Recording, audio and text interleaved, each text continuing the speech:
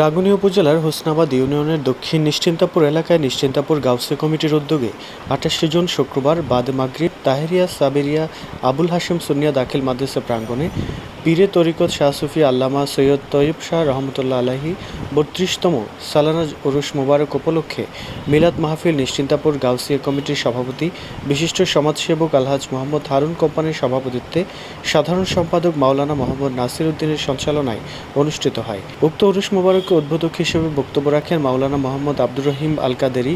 প্রধান ওয়াইজ হিসেবে ওয়াজ পরিবেশন করেন চন্দ্রঘোনা তৈয়বিয়া অদুদিয়া সুন্নিয়া ফাজিল মাদ্রাসার আরবি প্রভাষক মাওলানা মোহাম্মদ আব্দুল মান্নান রিজভী।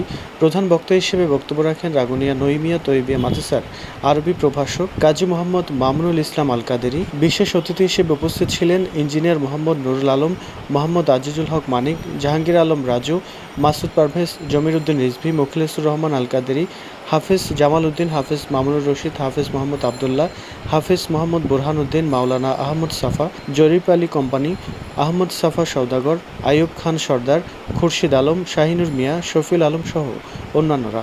আল্লামা সৈয়দ তৈয়ব শাহ রহমতুল্লাহ আলাহি স্মরণে আলোচনা অনুষ্ঠানের পরে মিলাদ কিয়াম ও দোয়া মাহফিল শেষে অনুষ্ঠানে আগত মেহমানদের মাঝে তাবারুক বিতরণ করা হয়।